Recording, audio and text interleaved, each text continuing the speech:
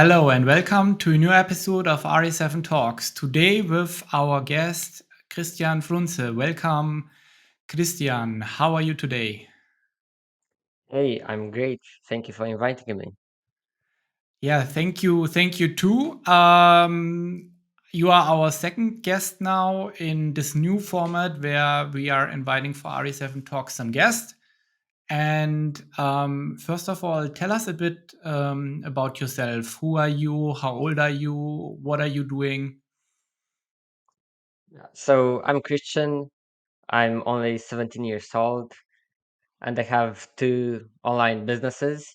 One of them is an online course creation company in Romania and Moldova, Mhm. and another one is an agency that helps course creators have more students, create funnels, different marketing strategies, and so on. Mhm.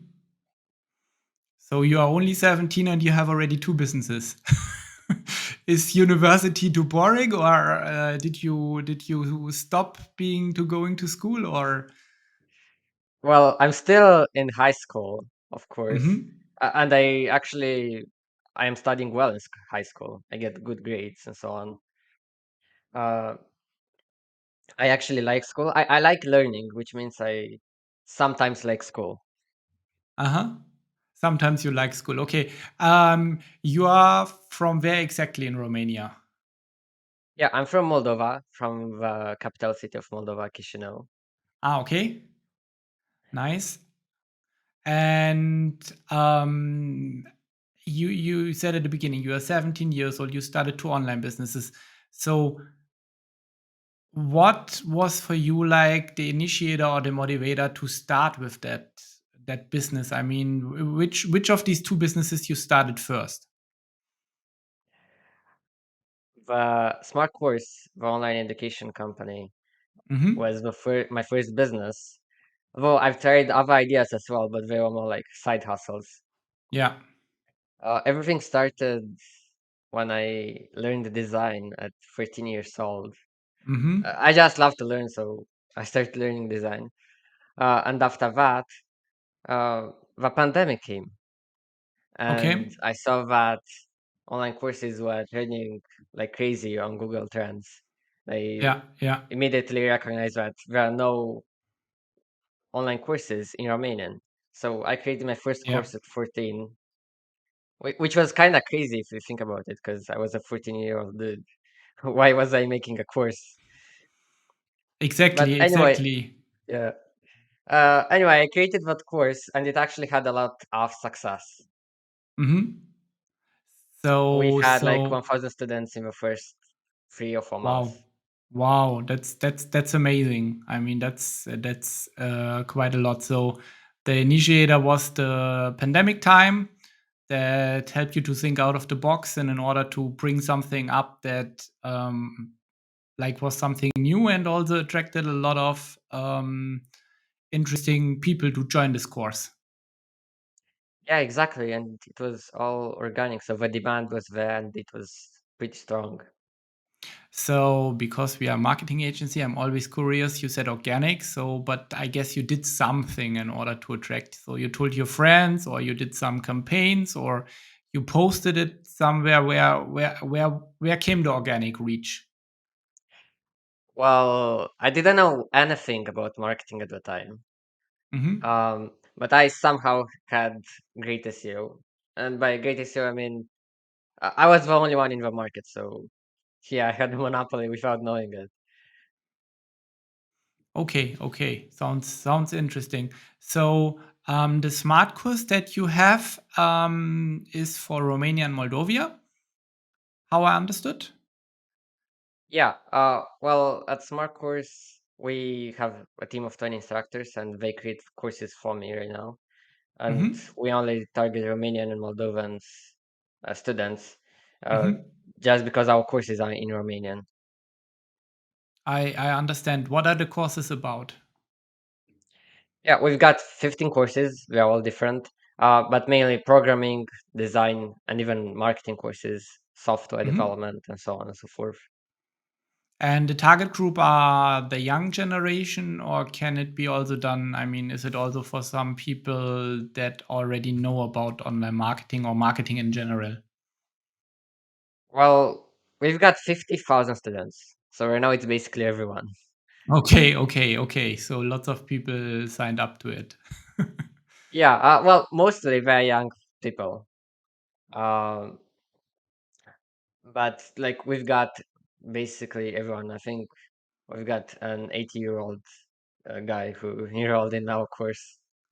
Wow, wow. So you can say then for everybody is the course and interested.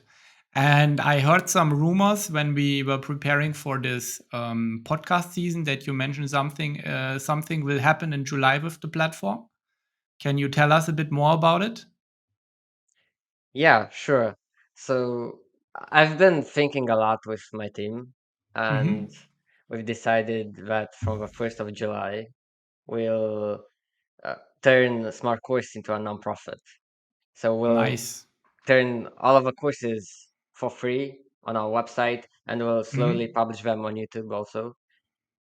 There are like 2,600 lessons. So there are a lot of lessons. We can't just all publish them on YouTube. I It will last like five I years if fully we, understand. That sounds amazing. yeah. Yeah, Um, yeah. and right, then will like the courses will be free, will impact a lot more students. And I did it because, well, yeah, first of all, I want to help people. Secondly, like Hmm. my second business is more profitable, even more impactful than my first one. So this is Hmm. my way of, yeah, giving back and freeing my time, automating everything, making people happy. Wow, wow. I mean, congrats. And you speak like I'm speaking to somebody that is, I don't know, 40 years old that has done everything or accomplished everything and now he wants to give back. You are just 17. No, but it's amazing. I mean, congrats for that. And I think it's a big accomplishment that you can give this for free also on YouTube so that especially young generations can learn for free on YouTube instead of paying for courses. Yeah, exactly. And we're also like I'm trying to work with like recruitment Hmm. agencies. So people after enrolling into a free course actually also get a job after Yeah. that. Wow. Nice. That's hard to do because there will be a lot of students. Yeah, yeah, I can imagine, but I think it's the first step for them in order to see what they might like and also get in a direction in what direction they want to develop. Because I met also not only in Germany but also in Romania lots of young people that going to high school and they are like, oh, I don't know what I want to study or I don't know what I want to be. And maybe this is the first step in order to watch some courses, to see what is interesting for them, and then helps them to make a decision what jobs they want to learn in the future. You know. Yeah, yeah, exactly. You mentioned your second venture, the Ken Group, which helps course creators grow their business. Can you share a bit about Ken Group? Maybe also like a success story that stands out from this group, and how did you come up with it? I started Can like 1 year ago, and since then, like we've had some crazy success stories. Uh, our average stats, so this is the average, we've doubled the profits of the people we worked with Hmm. in within 3 months. So that's a lot, especially for businesses. Like we've worked I with agree. course, Yeah. yeah, we've worked with course creators, influencers, um, basically thought leaders, people who are experts in their field, and we've Hmm. managed to scale them like beyond any of us thought was gonna be possible. Okay, can you give me an example of a course what course creators, what businesses do they have? I mean, what courses they want to create? Can you give me some examples of your customers? What industries are they from? Yeah, sure. Um, there was. One client who we had a great relationship with, Talhabati was his name. He had Mhm. 1 million followers across all of his social media channels. He was a graphic design instructor. Okay. Um, and we, like, immediately after we started working with him, we got 3,000 students in the first month, which maybe doesn't seem like a lot compared to my 50,000 students at my own company, but that's only 1 month. And then some of those students also enrolled in like more expensive courses, coaching programs, and so on and so forth. So it was really profitable. And he had no expenses basically because he had 1 million followers on social media. So it was mainly done again through organic reach. So you didn't do any paid advertisement. You did it mainly via the channels and got organic reach, or also something paid. We started with organic. Now we are doing paid also. Mhm. The our actually our main service is paid traffic because not a lot of people have millions of followers on social media. So we get the traffic from usually Meta ads, Twitter ads, even YouTube ads sometimes. You mentioned Twitter ads, so I think the target group is not mainly Romania then, because I know on Twitter is not so much used in Romania, so it's probably more international, I guess. Yeah, well, we've got no clients from Romania and Moldova. Our clients are all from the Western world mainly. Yeah. Mhm. Mhm. Even if Understood. we worked with Romanian clients, like why would we do that if we have a company? So we would be competitors. Yeah, yeah. I mean, I fully agree with you. Um, how big is the company now? You said you started it 1 year ago, so how many employees do you have? So, or are you doing it mainly by yourself? Because I mean, it's not so much work. Well, I've got only one employee, which is me, but Mhm. we use a lot of contractors.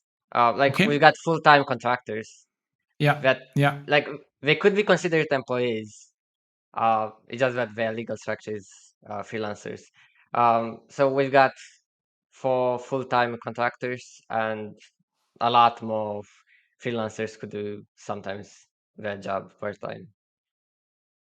I understand. No, sounds amazing. I mean, it's your second business. You are just 17. When are you becoming 18, by the way? My birthday is on the 14th of February, so next year. Next year. So, okay, then let's see if another business will start with 18. You're still young, and I guess you have lots of other ideas that you wanna do in the future.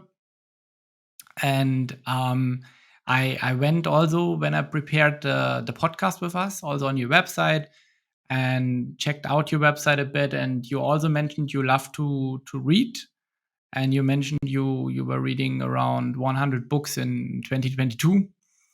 Um, can you share some, I mean, most improved fell book you have read, or what was from these books that stand out for you?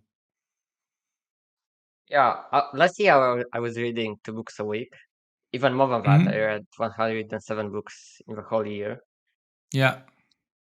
Right now I'm reading 1 book a week, but that book is usually bigger and more complex and actually better. So that's Mhm. why the book that really marked me most is an easy book to read. But it's really thoughtful. It's the Almanac of Naval Ravikant. It's actually free on the internet. Uh, it's a book about wealth, but it has a lot of bits about happiness, about health, um, Mhm. and it's a really insightful book. I really recommend it. And other than that, like like the books I recommend depend on each person. So marketing books are like oversubscribed, or basically anything by Daniel Priestley, by Mhm. Russell Brunson. Um, I also read like Peter Green really much. Okay. Sounds interesting. I mean, this book you mentioned, we can share the links in our YouTube description after our session, and people can check it out, especially when it's free on the internet. You just mentioned a few people. Do you have like an idol that you are like not adore, but that you say, "Wow, this is amazing what this person did." Do you have one I like a don't person think so. what this person accomplished? Okay. I For me, think for example, with idols was is like yeah. like everyone has mistakes, yes. Uh, but Yeah. I don't tend to idealize people. I tend to look rationally, and when you look rationally, Mhm. you can't really have idols. True, true. I mean, there's always some flaws for each person, and it doesn't cover all of the things that you are striving for. But I think also these books that you read, I mean, these people that you reading the books, they also have something that you can learn from them, take from them in order to get a better of yourself after you read the book. Yeah, they're all really impressive people, and I learn a lot from them. It's just that I don't idealize them. Yeah, yeah, understood. Fully understood what you mean with that. Um, I also we talked now about books. I was also looking on the website, and you were also saying investing is another area you are really passionate about. Um, do you have some? I mean, your investment strategy. Do you want this to share with us, or your investment philosophy, or do you have any tips that are looking to start investing? Investing is my hobby, which is a weird hobby to have at 17. I invest in individual stocks and sometimes crypto with my own money, and I've also got a Mhm. portfolio. Um, like like my own portfolio got 100% returns in the last 6 months, which is crazy. But I mean, the timing was really right. I started investing a lot in November, December, and in winter when Yeah, the when it market was really was really low. low. Yeah, yeah, I know. Yeah, of course I didn't. I know it was low. I didn't know how low it will be, but still got started investing then. So it was a bit of luck, yeah. But I actually invest for like 1 year and a half, Mhm. and since then it's not a big time horizon, but it's I get about 20% per year in Yeah. returns. Yeah, I Uh, mean, you timed. You had a great timing from for last year November because before the stock market lost a lot, so the best time to invest is when it's really low, when nobody wants to invest. Um, yeah, so the thing I invested, like my strategy, it's not really a big mhm. strategy. Um, I just looked at news, and for example, I saw like 3 YouTube videos in a row about how Meta will bankrupt itself or will fail somehow, Yeah. and that's exactly when I invested in Meta. And and right now it's one of the best performing stocks this year. Yes, because normally it goes like this: the media plays something, and then people get afraid and they fear, they get emotional, and then they try to sell. Nobody wants the stock, and then normally it plummets. Even though when you look at the numbers, I'm also passionate about investing. As you can hear, when you look at the numbers and how the performance is of the company, that's like the real value and the potential for it. Even though the media says it's right now a bad investment and so on. Yeah, exactly. I mean, I didn't really think that Meta will fall down soon. It's a big company, but it was really undervalued. Yeah, yeah, I fully agree with you. And when they lose a lot of value, there's lots of potential to gain, especially with the metaverse, which is ahead. And there's lots of potential because Facebook is like not leading it, but it's really in front of the race, from what I was reading. Yeah, that's just one example. I invested in a lot of companies. For example, invested in Nvidia just before ChatGPT released. Mm. I also saw some bad news about Nvidia. Yes, I mean, you find always some news. And for me, I mean, I also started early. I started when I was 14 to invest in my first stock at Deutsche Telekom at this time. But for me, I was following the news a lot. And then I was thinking, who's actually writing these news? I mean, do they know something? The goal is of the media in general or of the news is to get clicks, as many as possible.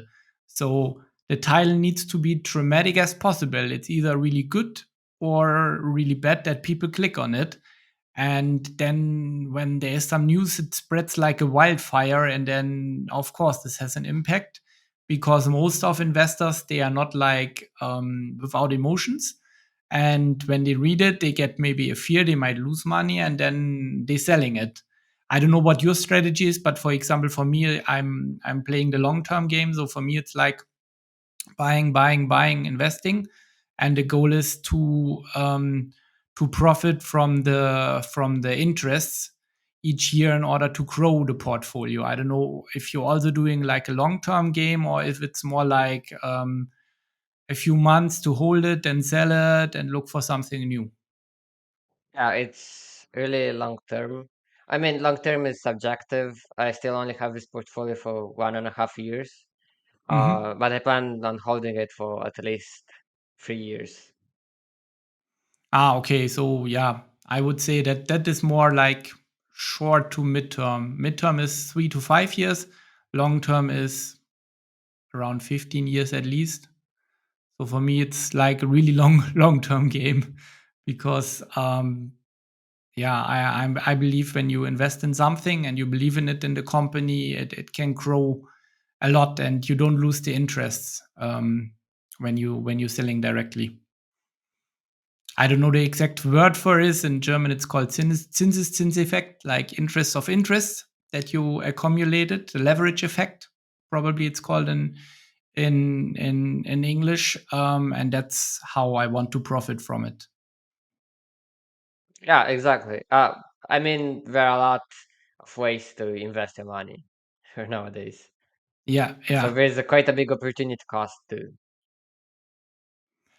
For sure, for sure. I mean, and it's never boring. There's always something coming up new. We have inflation, then we had a finance crisis, then the war, then there's always something going on that has an impact on the market.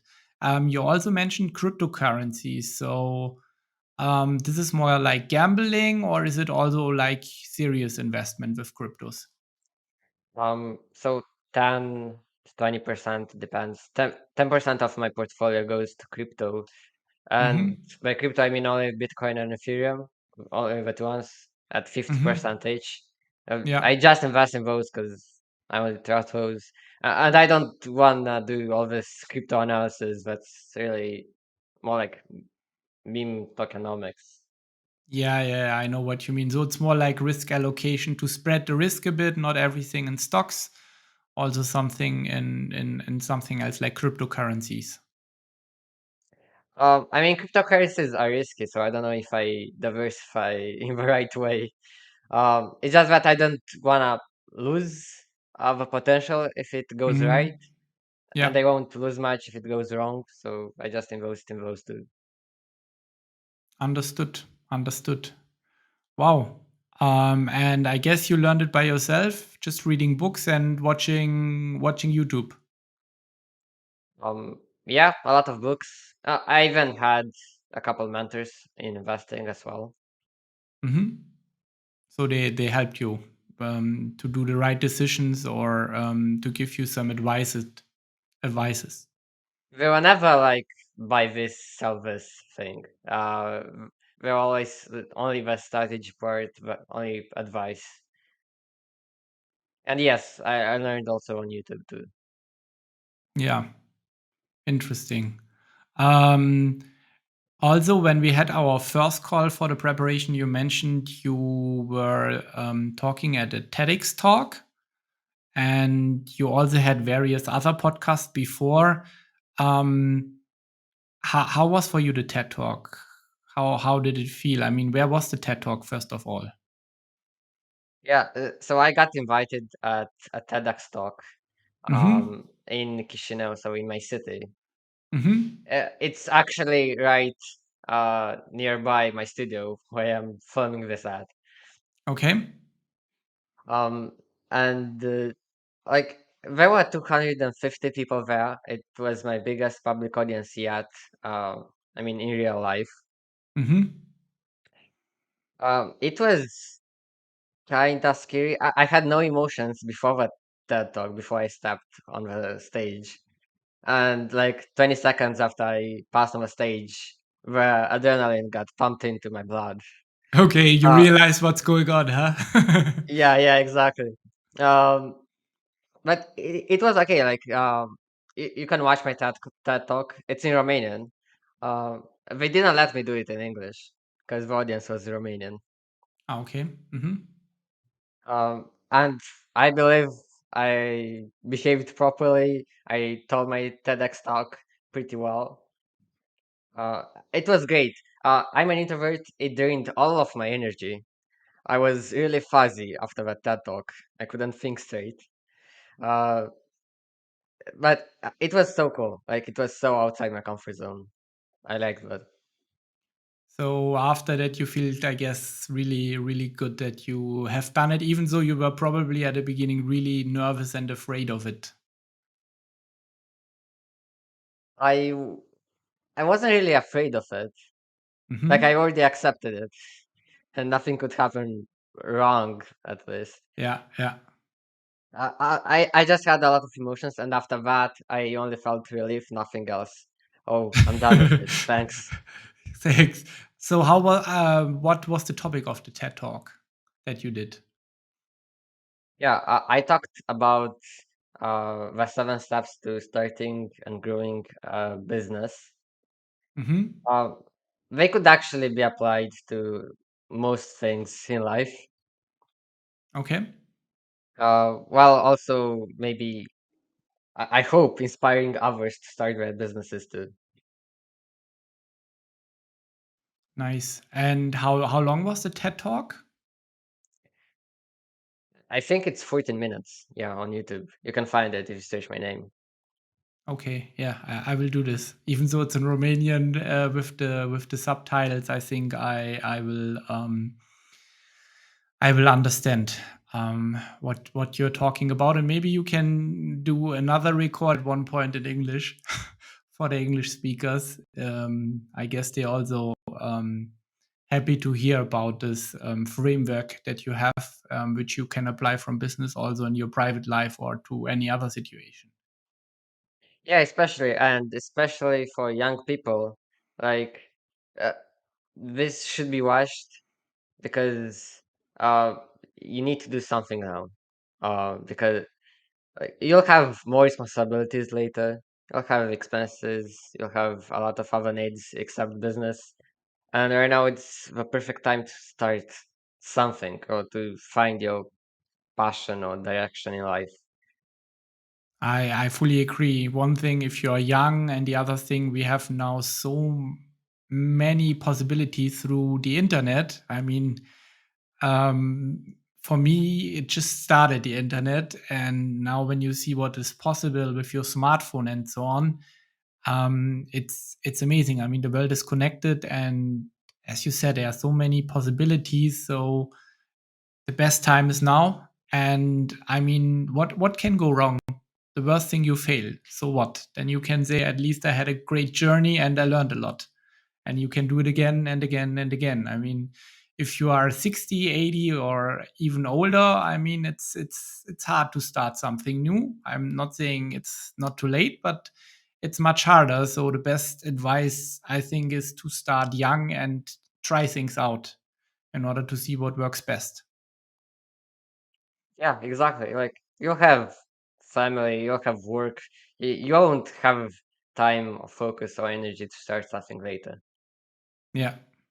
Um, you also stated at one point when I was reading about you that wasting time and bad questions are things you don't love so much. Um, how do you manage your time effectively? I mean, you mentioned at the beginning you have already two businesses. You're still going to school, and how do you manage your time? And you're reading books. You read a book a week. For me, it's not hard. Uh, I've got the discipline necessary. I wake up at 6 a.m. I uh, lay down at about 11 p.m. Uh, the thing, like everything is very organized. I use calendar, I use to-do lists, Notion to organize my time and my team's Mhm. time also. And the rest is just habits, discipline. There's no really other way. There are no hacks. Yeah, it's just habits, a lot of habits built on top of each other. Habits that I mean, that you did starting, you started at one point, you developed a habit, and then you developed the other habit, and that's how you build up your habits in order to keep on going, I guess. Yeah, exactly. Like over 3 years, you start to build some habits and some momentum. And from the outside, you seem so productive. I actually got a lot more to improve. Yeah, I know what you mean. It feels for me the same. I mean, when I'm doing something, I'm always thinking, "Hey, how can I improve this, or how can I improve myself? How can I be there?" So there's always something to improve. And I think also when you're reading the books, you get new ideas and new inspiration in order to make a better yourself.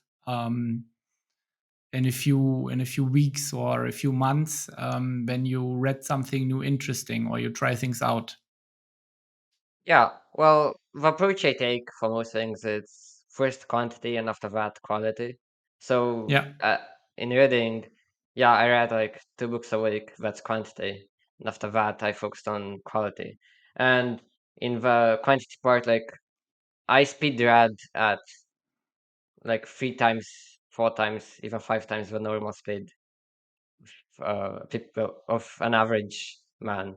And right now I'm like only 2 or 3 times, which is still a lot, but it's a lot more. It's a lot less than what I was doing before, and this applies to everything else. Yeah. I mean, constant learning, training, and then you become better in domain or in industry. Um, I had another question. You also said bad questions are the things you don't love. I hope I didn't ask too many stupid questions today. But what is a bad question for you, or do you refer to something specific? What you mean with that?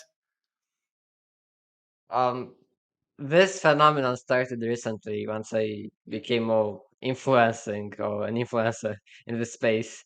Hmm. Um, a lot of people ask questions that I just search on Google and I find the answer in 2 minutes. Uh, and they don't even bother searching on Google or ChatGPT first. Like, why do you ask me such type of questions? It's faster. Google is faster and better than me. Yeah, yeah, Uh, I or can fully relate to that. yeah, or other questions like they're just not clear, very irrelevant, they're too broad. Like, what business should I start? What kind of question is that? Like, I don't know you.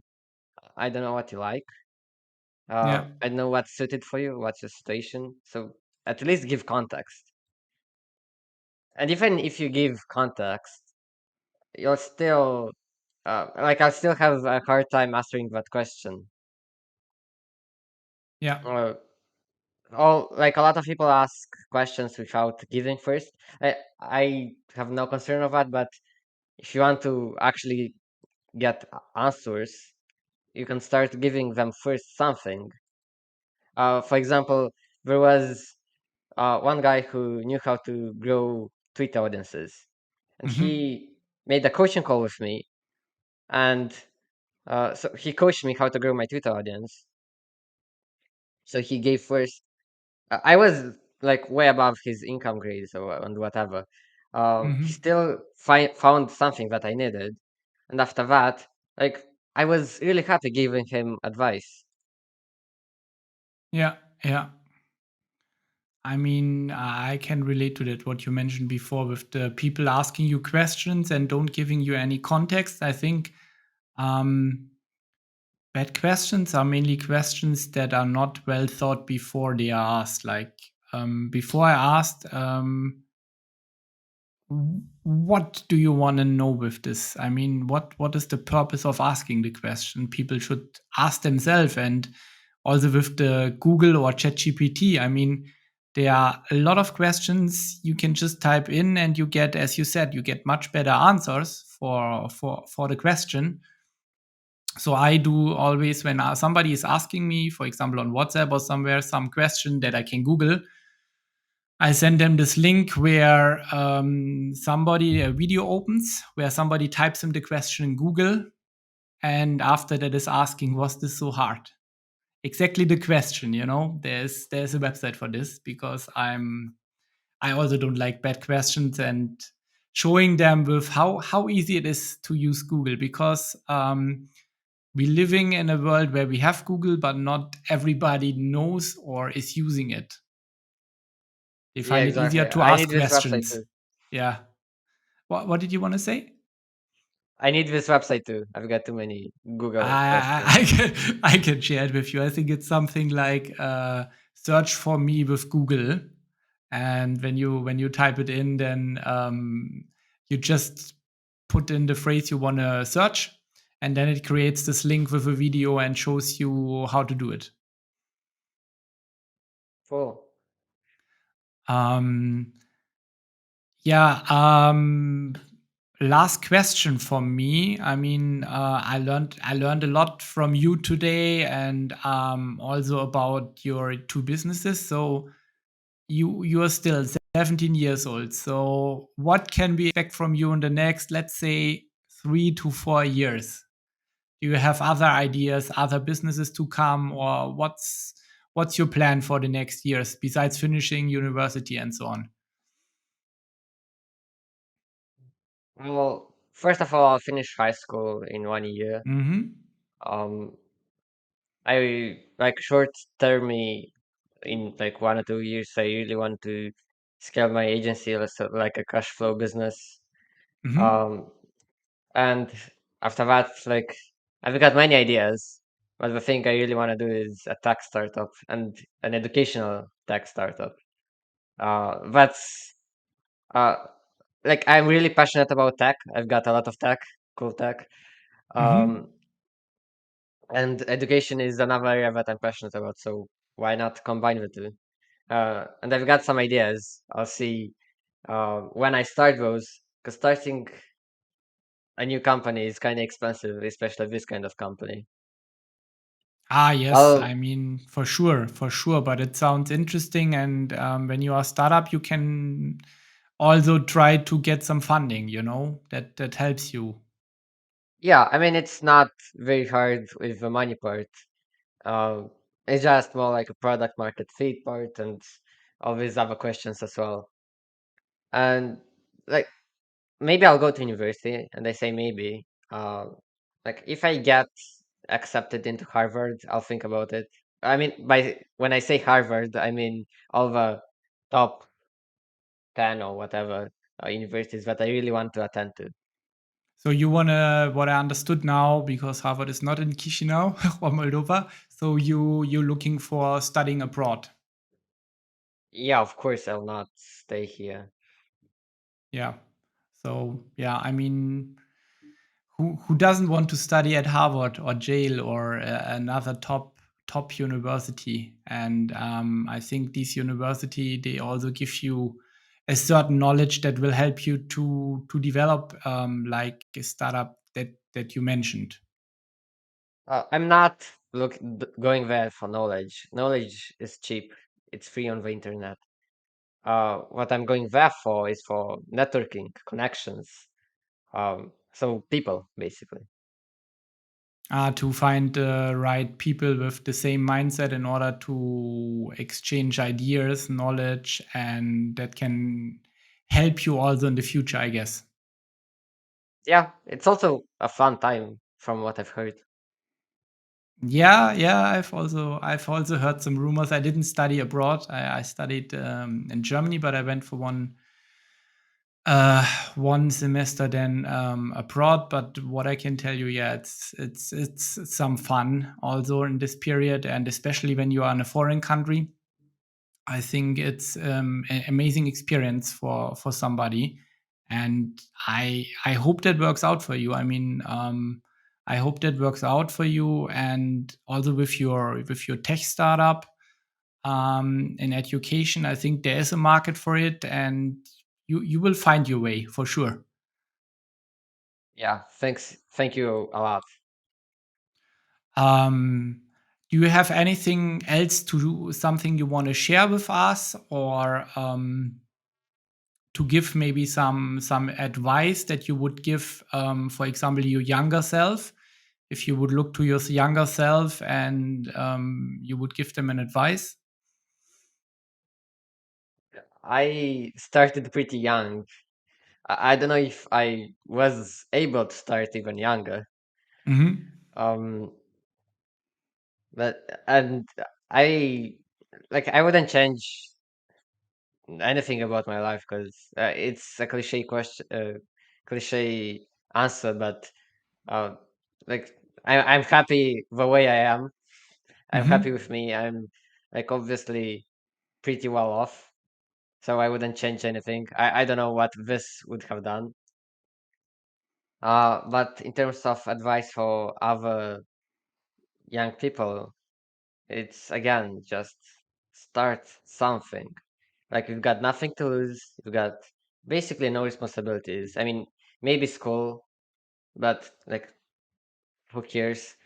And after that, the responsibilities will only increase every stage you're at. You have relatively a lot of time. Yeah, you've got no money, but that can be a blessing in disguise because you got to be more innovative and creative. And like, not all businesses need a lot of money. There are cash flow businesses that are really cheap to start, and you'll learn a lot. So just for learning, it's really worth it. You've got nothing to lose, you've got everything to gain. So start something. Great advice, and great motivation at the end for especially the young generation.